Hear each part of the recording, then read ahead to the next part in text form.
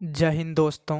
आज हम लोग क्लास 7 के साइंस यानी विज्ञान का चैप्टर 2 जंतुओं में पोषण के सभी क्वेश्चन आंसर करेंगे। दोस्तों, अगर आप हमारे YouTube channel learning to study में पहली बार आए हैं तो चैनल को सब्सक्राइब करके बेल आइकन को प्रेस कर दें, जिससे कि आने वाली वीडियो का नोटिफिकेशन सबसे पहले आप तक पहुंचे। दोस्तों, आपका बिना समय लेते हुए क्वेश्चन की ओर चलते हैं। अभ्यास से प्रश्न संख्या 1, खाली स्थानों को भरिए। ए में मानव शरीर की सबसे बड़ी ग्रंथि डैश है, इसका आंसर हो जाएगा यकृत। बी में मनुष्य में भोजन का पाचन डैश में शुरू होकर डैश में पूरा होता है, इसका आंसर हो जाएगा मुख गुहिका मलद्वार। सी में है अमाशय में हाइड्रोक्लोरिक अम्ल एवं डैश का स्राव होता है जो भोजन क्रिया करते हैं, इसका आंसर हो जाएगा श्लेष्मा। डी में मनुष्य में पोषण के मुख्य चरण डैश और डैश है, इसका आंसर हो जाएगा मुख गुहिका, ग्रसनली, आमाशय, छोटी आंत और बड़ी आंत। ई में है अमीबा अपने भोजन को डैश की सहायता से ग्रहण करता है, इसका आंसर हो जाएगा कुटपाद की सहायता से ग्रहण करता है। अगला प्रश्न है प्रश्न संख्या 2, सही विकल्प पर सही का निशान लगाएं। ए में है कुतरने में सहायता करने वाला दांत कृंतक, रदनक, अग्रचवर्णक, चवर्णक, इसका आंसर हो जाएगा रदनक। अगला बी है लार मंड स्टार्च को बदलता है मल्टोज में, ग्लूकोज, सेलुलोज, लैक्टोज, इसका आंसर हो जाएगा ग्लूकोज। आगे है सी नंबर, पीत रस का स्राव होता है यकृत में, अग्न्याशय में, अमाशय में, छोटी आंत में, इसका आंसर हो जाएगा यकृत में। आगे है डी नंबर, वसा का पूर्ण रूपेण पाचन होता है अमाशय में, अग्न्याशय में, बड़ी आंत में, छोटी आंत में, इसका आंसर हो जाएगा छोटी आंत में। आगे है ई नंबर, जल का अवशोषण मुख्यतः होता है ग्रासिका, बड़ी आंत, छोटी आंत, अमाशय, इसका आंसर हो जाएगा बड़ी आंत। अगला प्रश्न है प्रश्न संख्या 3, सत्य और असत्य कथनों को चिन्हित कीजिए। एक में है अमाशय में हाइड्रोक्लोरिक अम्ल का स्राव होता है, सत्य है। दूसरा, पीत रस में प्रोटीन का पाचन होता है, वह सत्य है। तीसरा, प्रोटीन का पाचन मुख से आरंभ हो जाती है, वह सत्य है।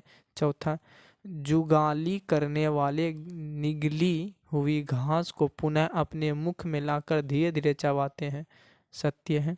पांचवा, छोटी आंत में श्लेष्मा स्रावित होता है, वह सत्य है। अगला प्रश्न है प्रश्न संख्या 4, कॉलम ए के कथनों का मिलान कॉलम बी से कीजिए। Column A, column B. Column A में है फर्स्ट कार्बोहाइड्रेट, इसका हो जाएगा शर्करा। दूसरा है प्रोटीन, इसका हो जाए अमीनो अम्ल।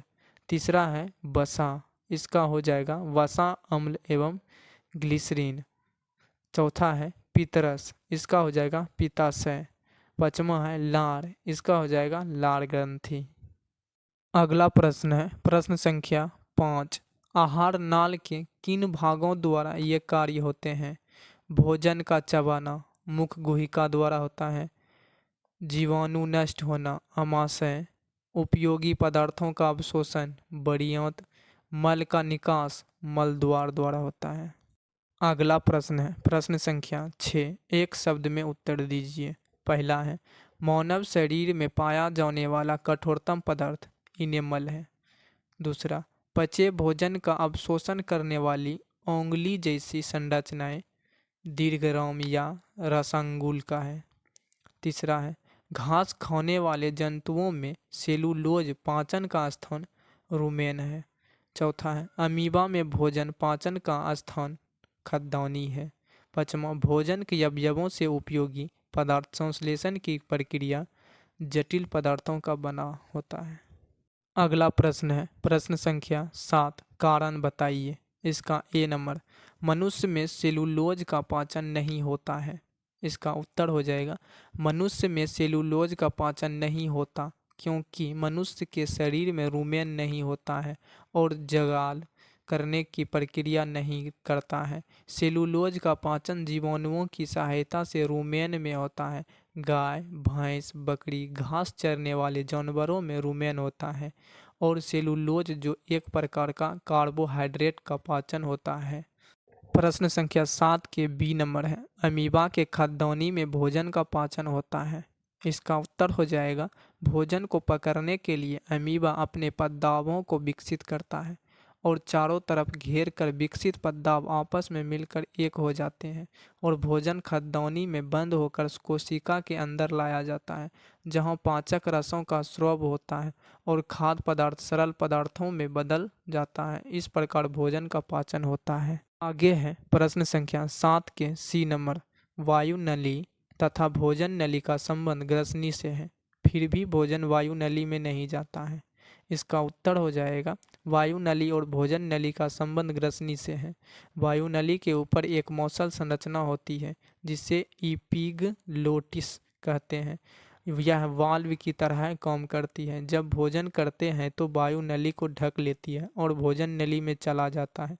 तेजी से खाने या बातें करने पर भोजन वायु नली में कुछ कण चले जाते हैं, जिससे छींक या हिचकी आती है।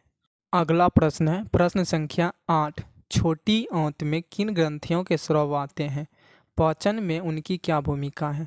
इसका उत्तर हो जाएगा, छोटी आंत में यकृत अग्न्याशय ग्रंथियां होती है। यकृत आमाशय के ऊपरी भाग में दाहिनी ओर स्थित है।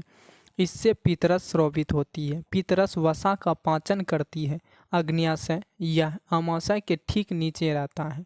इससे अग्न्याशिक रस निकलता है जो वसा, कार्बोहाइड्रेट और वसा को सरल रूप में परिवर्तित करती है।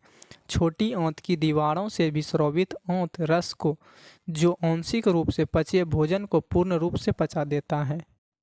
अगला प्रश्न है प्रश्न संख्या 9, अमीबा में पोषण की प्रक्रिया मानव से भिन्न है, क्यों। इसका उत्तर हो जाएगा, मानव बहुकोशिकीय जीव है जबकि अमीबा एक कोशिकीय जीव है। मानव में भोजन का पाचन कई चरणों में जैसे मुख, गुहिका, ग्रसनली, आमाशय, छोटी आंत, मलाशय और गुदा द्वारा पचित भोजन का रसगुल्लों द्वारा ग्रहण एवं मिलने की प्रक्रिया होती है। अवशोषित भोजन रुधिर वाहिकाओं की सहायता से शरीर के विभिन्न भागों में पहुंचाता है और जटिल पदार्थों का निर्माण होता है। अमीबा में भोजन ग्रहण पदाव की सहायता से होता है और भोजन का पाचन खाद्यान्नी में होता है। पाचक रसों का स्राव खाद्यान्नी में ही होता है और सरल पदार्थों में बदलकर भोजन अवशोषित कर अमीबा की वृद्धि संख्या में मदद करता है। अगला प्रश्न है प्रश्न संख्या 10, मनुष्य में पाए जाने वाले दांत तथा उनके कार्यों को लिखिए। इसका उत्तर हो जाएगा, मनुष्य में पाए जाने वाले मुख्य दांत कृंतक, रदनक, अग्रचवर्णक और चवर्णक हैं। कृंतक दांतें आगे की ओर चौड़ा होता है जो काटने के काम आता है।